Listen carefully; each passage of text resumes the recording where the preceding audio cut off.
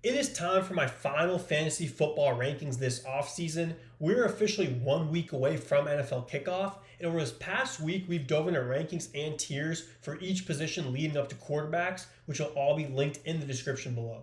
So, in this video, we will be looking at my top 24 quarterbacks with tiers entering the season, and we'll kick things off with tier 1. So I have tier 1 labeled as league winners to keep things uniform across each position. But when we think of league winners, we think of wide receivers and running backs. Quarterbacks alone can't be league winners.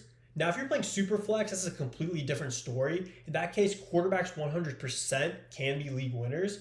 But regardless, possessing an elite quarterback can give you that extra juice to secure a championship in both Superflex and non-Superflex leagues. And the guys in this tier give you that advantage by having the realistic potential to finish as a top quarterback in all of fantasy. So there are only two guys in this tier for me, and they're Lamar Jackson and Josh Allen. I'm not a big believer in drafting quarterbacks and tight ends in the first 6 rounds of non-superflex and non-tight end premium leagues. But with these two, you're no doubt going to have to pay up within the first 3 rounds, but you can honestly justify it. Lamar was the only quarterback to finish with more than 400 points last season, putting up a ridiculous 430.4 points. That made him the number one player in fantasy last season.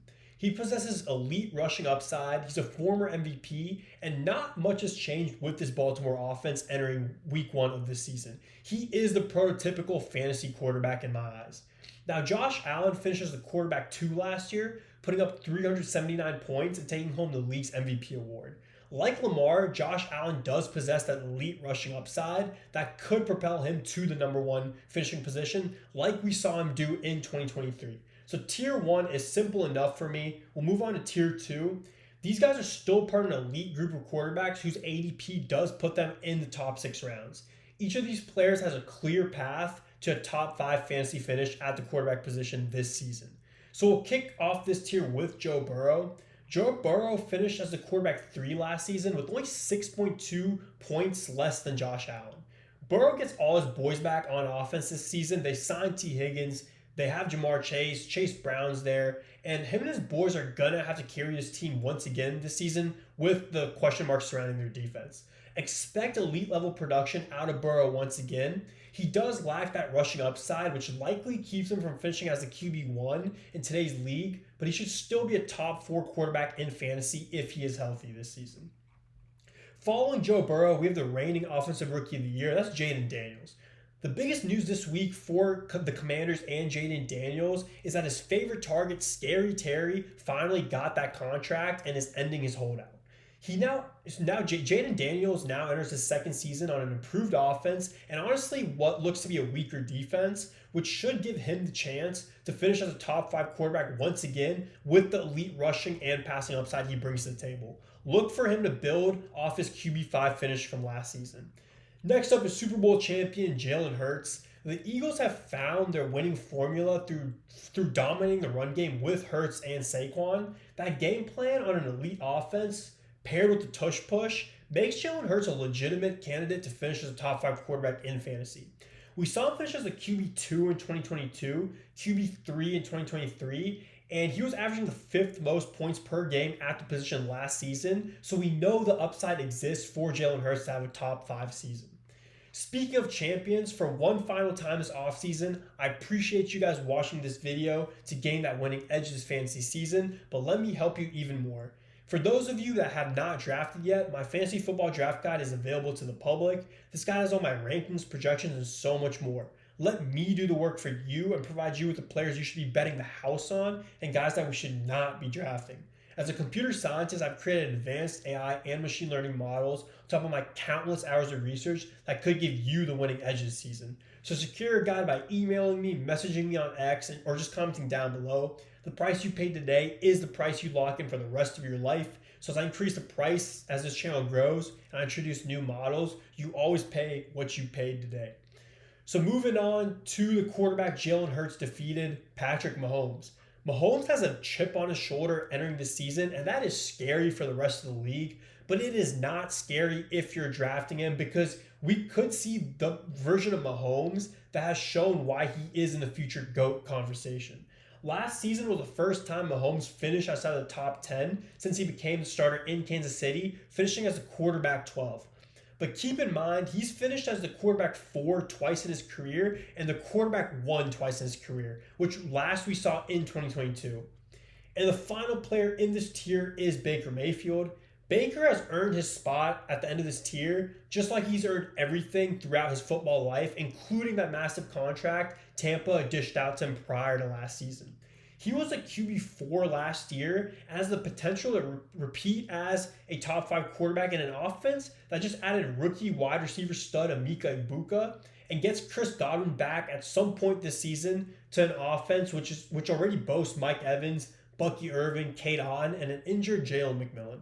So that's it for tier 2. We're going to shift gears to tier 3. And tier 3 has a bunch of quarterbacks that, in my opinion, can all confidently be viewed as QB1s entering week. And at the top of this tier is a borderline tier 2 guy, and that is Bo Nix.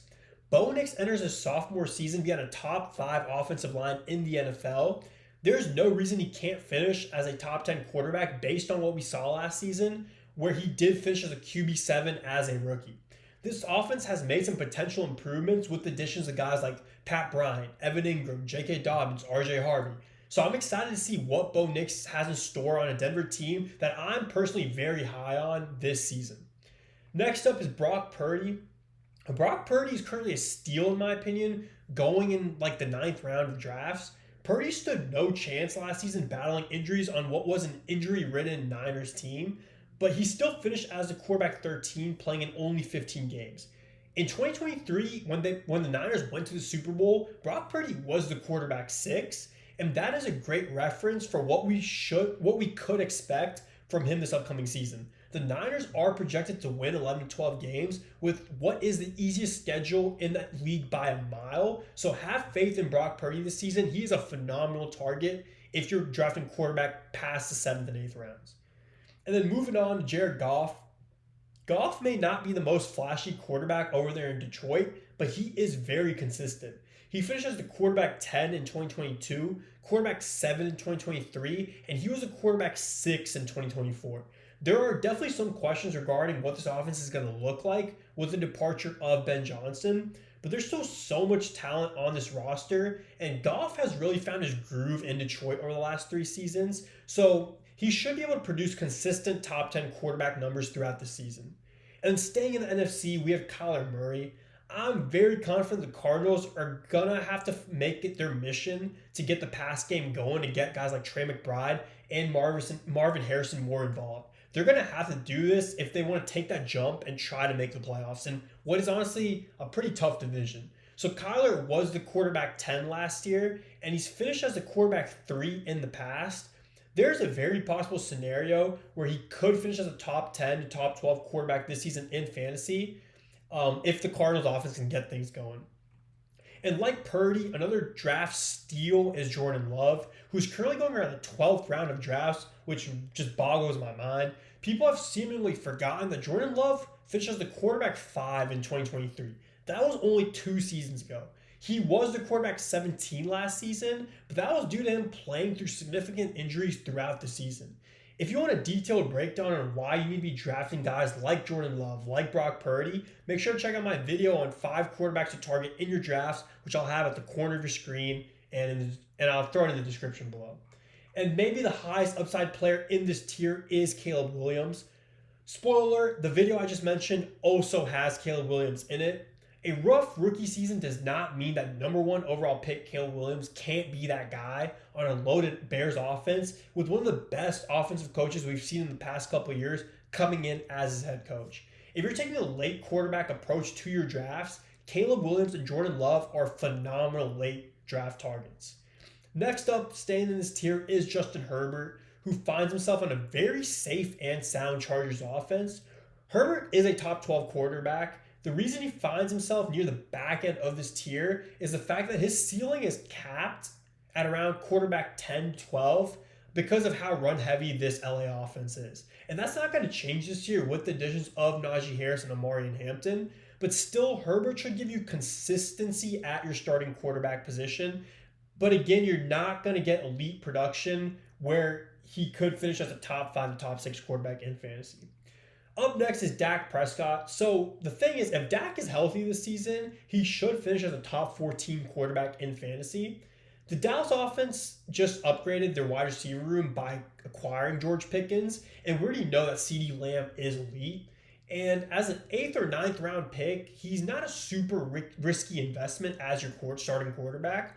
But if I am drafting Dak Prescott, I'd be looking to draft a quarterback near the end of my draft for some protection in case Dallas' season goes up in flames, which is very possible with it being Dallas. And then finally, we have CJ Stroud. So it seems like the hype on Stroud died down a bit this offseason since his crazy rookie season. He did struggle last season, but to his defense, that offensive line he was working with was atrocious. We'll see how that O-line holds up this season. That will be key for Stroud to find his stride once again, but he does belong at the end of this tier because we've seen what he's capable of. And the Texans defense is honestly kind of suspect entering the season, which leads me to believe that Stroud is going to be passing the ball a lot to keep Houston in games. And when you have a wide receiver like Nico Collins and you play in a division as trash as the AFC South, there's definitely a very real chance he finishes as a top 12 fantasy quarterback. And this last tier of quarterbacks are all just boom or bust. I mean, I could see them having a lot of these guys having a legit fantasy quarterback one worthy season or just being like literally unstartable. So there are a lot of moving pieces and question marks surrounding these guys, but that's what makes them very interesting entering the fantasy season. So we'll kick it off with Trevor Lawrence. T-Law hasn't lived up to being that generational number 1 overall pick he was labeled to be. But to be fair, the Jags haven't done him any favors until recently. He's now hopefully injury-free, coached by a young offensive head coach in Liam Cohen, with Travis Hunter, with BTJ, with some explosive running backs. If things work out in Duval this season, I would not be shocked if he finished right around QB 12. We know the talent is there, but only time will tell with T-Law. Another number 1 overall pick, Bryce Young, who is on a Panthers offense, which has been the headline of several optimistic reports entering this season. After coming back from being benched last season, Bryce revived his NFL career in Carolina over the last few months of the season. Between weeks 12 and 18, he was the quarterback 5 in fantasy. Between weeks 16 and 18, he was a quarterback 2 in fantasy, only behind Joe Burrow. And in the final week of the season, in week 18, he was the quarterback 1 in all of fantasy, putting up 5 touchdowns. Bryce Young is currently going in the last 2 to 3 rounds of drafts, if not going undrafted. And he enters next season with all the momentum in the world, with his confidence back, and a potential game changer in rookie wide receiver T-Mac. So if Tedero McMillan lives up to be that guy that he's supposed to be with this young wide receiver core with Xavier Legette, Jalen Coker, Jimmy Horn, Bryce Young could be in for one hell of a season, and I'm beyond excited to see what number 9 shows us this season. So moving on, we'll move on to Drake May. Sportsbooks have the Pats favored to win like 10, 11 out of their 17 games this upcoming season. So this is expected to be a better team in May's sophomore season under new head coach Mike Vrabel. The harsh truth for Pats fans is that receivers for Drake May are still very underwhelming unless Diggs turns back the clock or some of these new faces like Efton Chisholm or Kyle Williams really impress in their rookie seasons. In all reality, if the Pats are going to find success this season, I do think it'll be via the run game with Travion Henderson and Ramondre Stevenson. I view May as a mid-quarterback 2 target until we can gain some confidence in the supporting cast. I don't doubt his talent. I just need to see him get some help from his wide receivers. Now, complete wild card is J.J. McCarthy. Kevin O'Connell and the Vikings put Sam Darnold into the MVP conversation last season in Minnesota.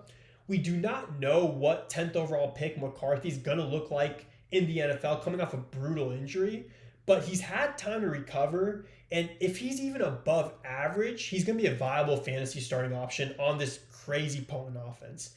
And how can you not be when your wide receivers are Justin Jefferson, Jordan Addison, and now you just got Adam Thielen? On top of that, you have TJ Hawkinson at tight end, and you have running back duo of Aaron Jones and Jordan Mason. This offense is loaded, and if you search up boom or bust in the dictionary, you're going to see a picture of J.J. McCarthy in a Vikings uniform.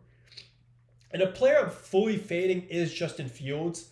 Yeah, obviously the rushing upside is there with Justin Fields, but this is the New York Jets, and things typically don't go the way you'd expect for them to go when you talk about the New York Jets.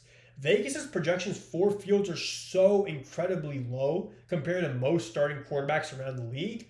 I'm not comfortable at all entering week one with him as my starting quarterback. If you're playing Superflex, I definitely see the draw with him, but then again, you're likely paying a somewhat high price for him. And if he busts, you may be in trouble if you don't have some insurance at the quarterback position. Another player I'm avoiding is Tua. Tua is a very exciting quarterback who can put up big numbers in fantasy. But the unfortunate reality is that he is one head injury away from missing the season, if not ending his career. So that is something I'd rather not hold the baggage of when you can draft quarterbacks like Bryce Young, like Jordan Love, like Trevor Lawrence, and even Geno Smith or Cam Ward around where Tua is going. But if he does stay in this tier because if he is healthy, he's going to be a solid fantasy quarterback with Jalen Waddle and Tyreek Hill and Devon Achane over there in Miami. Another guy who has some injury concerns is Matt Stafford. It looks like he is going to suit up week one for LA. He's been getting some practices in over the past week or two. But if this back injury is fragile and an awkward hit re-aggravates something, he could be in serious trouble at the age of 37. But Stafford is one of the toughest quarterbacks of this generation. And if he plays most of the season in Sean McVay's offense, he could easily be a top 15 quarterback with Puka Nacua and Devonta Adams as the top two receivers. So we'll monitor Matt Stafford throughout the season, hope for the best for Stafford.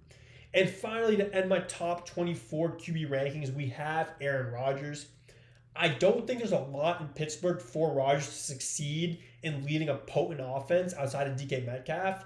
I guess maybe Jonnu Smith, maybe Jalen Warren and Caleb Johnson, maybe Calvin Austin and Roman Wilson, but it's a lot of maybes. But I do have him in this tier because even on a mess of a Jets team last year, he still managed to finish as the quarterback 15 in all fantasy. And this is a well-oiled Steelers coaching staff with Tomlin. So we could potentially see Rodgers show some Rodgers magic at the end of his career here in Pittsburgh. But those are my top 24 quarterbacks entering week one of this season. If you want to see the rest of this tier and the rest of my rankings, make sure to hit me up for a draft guide and I'll get you situated. And for those of you that haven't drafted yet, good luck with your drafts. For those of you that have drafted, thank you for watching. And I'll have some more content coming out soon for all of y'all. Thanks for watching. Peace out.